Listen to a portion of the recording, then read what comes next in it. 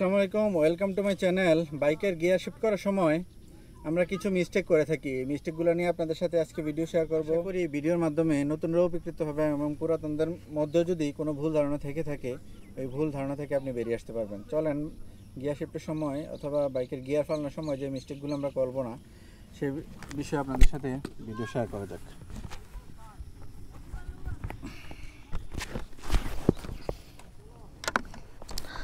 আমরা যখন bike ride করব, প্রথম মিস্টেকটা যেটা করি, আমরা বাইক স্টার্ট দেওয়ার পরে এই যে আমাদের এখন তো আমার বাইক 1 নাম্বার গিয়ারে আছে, তো আমরা বাইক স্টার্ট দেওয়ার পরে এই যে 1 নাম্বার গিয়ারে রেখে আপনি ক্লাস ধরে বাইক স্টার্ট দিতে পারেন, সমস্যা নাই।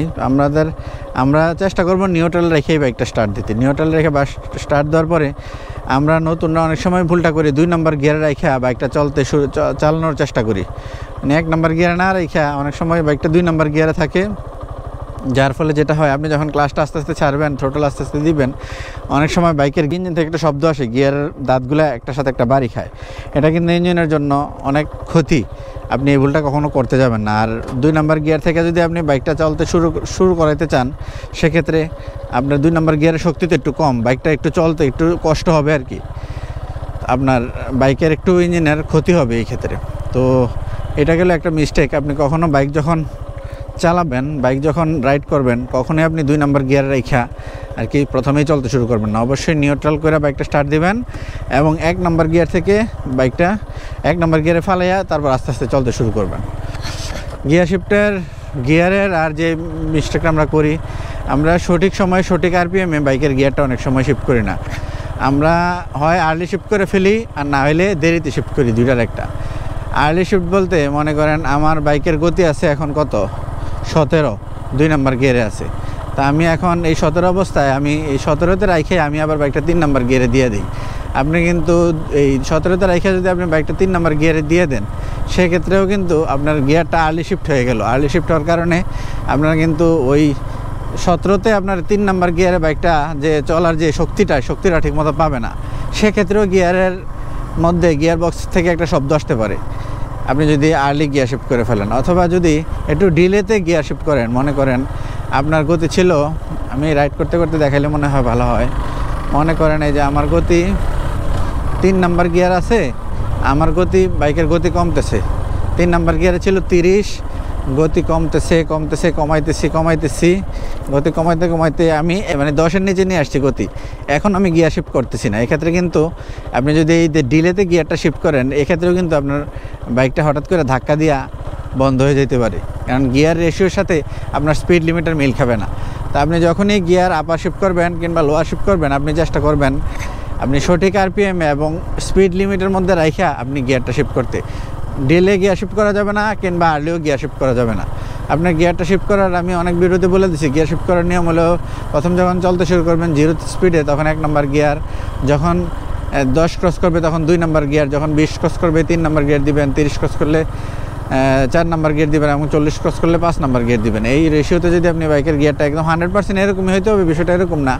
এই স্পিডের আশেপাশে রেখে যখন আপনি গিয়ারটা শিফট করবেন, আপনার গিয়ার শিফটও স্মুথ হবে এবং আপনার বাইক থেকেও আরপিএমটা সঠিক থাকার কারণে আপনার বাইকের তেল খরচও কিন্তু কম হবে। এবং ডাউন শিফটের ক্ষেত্রেও সেম। আপনি যখন 80 স্পিডে চলেন, তখন তো আর গিয়ার শিফটের প্রয়োজন নাই। 80 থেকে যখন 40-এর আপনি গিয়ারটা বাইকের গতিটা নিয়ে আসবেন, তখন আপনি একটা গিয়ার ডাউন করেন। যখন 30-এ নিয়ে আসলেন, তখন 2টা গিয়ার ডাউন করেন। আবার অনেক সময় দেখা যায় যে আপনার গতি 50 থেকে আপনি হুট করে 20 অথবা 30-এ নিয়ে আসছেন, ইমার্জেন্সি মুহূর্তে আর কি। তো সেক্ষেত্রে আপনি একসাথে 2টা অথবা 3টা গিয়ার ক্লাস চাইব, একসাথে 2টা অথবা 3টা গিয়ার ডাউন করবেন। প্রত্যেকটা গিয়ার ডাউনের মাঝখানে 1 সেকেন্ড কিংবা হাফ সেকেন্ড করে সময় দেন, তাহলে গিয়ার শিফটটা স্মুথ হবে। হুট করে ধরেই ধাপ করে সবগুলো গিয়ার একসাথে মারলে আপনার কিন্তু গিয়ার বক্স থেকে একটু শব্দ আসবে এবং গিয়ার বক্সের একটু ক্ষতিও হতে পারে। তারপরে গিয়ার শিফটের সময় যে আরও একটা ভুল আমরা যেটা করে থাকি, আমরা র্যাব ম্যাচ ঠিকমতো করি না গিয়ার শিফটের সময়। আমরা যদি গিয়ার শিফটের সময় র্যাব ম্যাচ সঠিকভাবে না অ্যাপ্লাই করি, গিয়ার শিফটের সময় আমরা 4টা কাজ করি। আমরা যখন একটা গিয়ার শিফট করি, আমরা 4টা কাজ করি একসাথে। 4টা কাজ কী? আমরা যখন গিয়ার শিফটটা করবো, ঠিক ওই টাইমে আমরা থ্রোটলটা যেটা বাড়াই রাখছিলাম, তখন থ্রোটলটা সামান্য লুজ দিব, ক্লাস ধরবো, ক্লাস ধরে গিয়ার আপ অথবা ডাউন যেটাই করেন, আপ অথবা ডাউন করার পরে ক্লাসটা যখন ছাড়বেন, ঠিক ক্লাসটা ছাড়ার মুহূর্তে আপনি থ্রোটলটা সামান্য কিছু আবার বাড়াই দিবেন। এটা যদি এই 4টা কাজ যদি আপনি একসাথে করেন, র্যাম ম্যাচের মাধ্যমে গিয়ারটা শিফট করেন, আপনার গিয়ার শিফটটা কিন্তু স্মুথ হবে, আপনার কিন্তু বাইক থেকে কোনো ধাক্কা আসবে না এবং বাইকটাও স্মুথ গিয়ার শিফট হবে। চলুন একটা গিয়ার শিফট করে দেখাই। এই যে নিউট্রাল থেকে 1 নম্বর গিয়ারে আছে, আমি এখন 2 নম্বর গিয়ারে দিব। 2 নম্বর গিয়ারে যাব, থ্রোটলটা লুজ দিলাম, সামান্য লুজ দিলাম, ক্লাচ ধরলাম, ক্লাচ দিয়ে গিয়ারটা আপ করলাম, তখন ক্লাচটা ছাইড়ে দেওয়ার মুহূর্তে ক্লাচটা ছাইড়ে দিয়ে থ্রোটলটা আবার একটু বাড়াই দিলাম। এই 4টা কাজ, এই 4টা কাজ কিন্তু আবার 1 সেকেন্ডের মধ্যে করতে হয়। সঠিকভাবে আপনি যদি র্যাম ম্যাচ করতে চান তাইলে এই 4টা কাজ আপনাকে 1 সেকেন্ডের মধ্যে করতে হবে, তাইলে আপনার গিয়ারটা সঠিকভাবে এবং স্মুথলি আর কি গিয়ারটা শিফট হবে। র্যাম ম্যাচিং নিয়ে আমার চ্যানেলে বহু ভিডিও আছে, আপনারা দেখে নেবেন, আশা করি উপকৃত হবেন। তো ঠিক আছে, সবাই ভালো থাকেন। গিয়ার শিফটের সময় কোন ভুলগুলো আমরা করব না, আশা করি ভিডিওর মাধ্যমে আপনি ক্লিয়ার হতে পারছেন। সবাই ভালো থাকেন, আসবো অন্য কোনো ভিডিও নিয়ে অন্য কোনো সময়। সে পর্যন্ত আল্লাহ হাফেজ। আমার চ্যানেলটা সাবস্ক্রাইব করে দিবেন, লাইক কমেন্ট শেয়ারের মাধ্যমে আমাকে সাপোর্ট করবেন। আল্লাহ হাফেজ।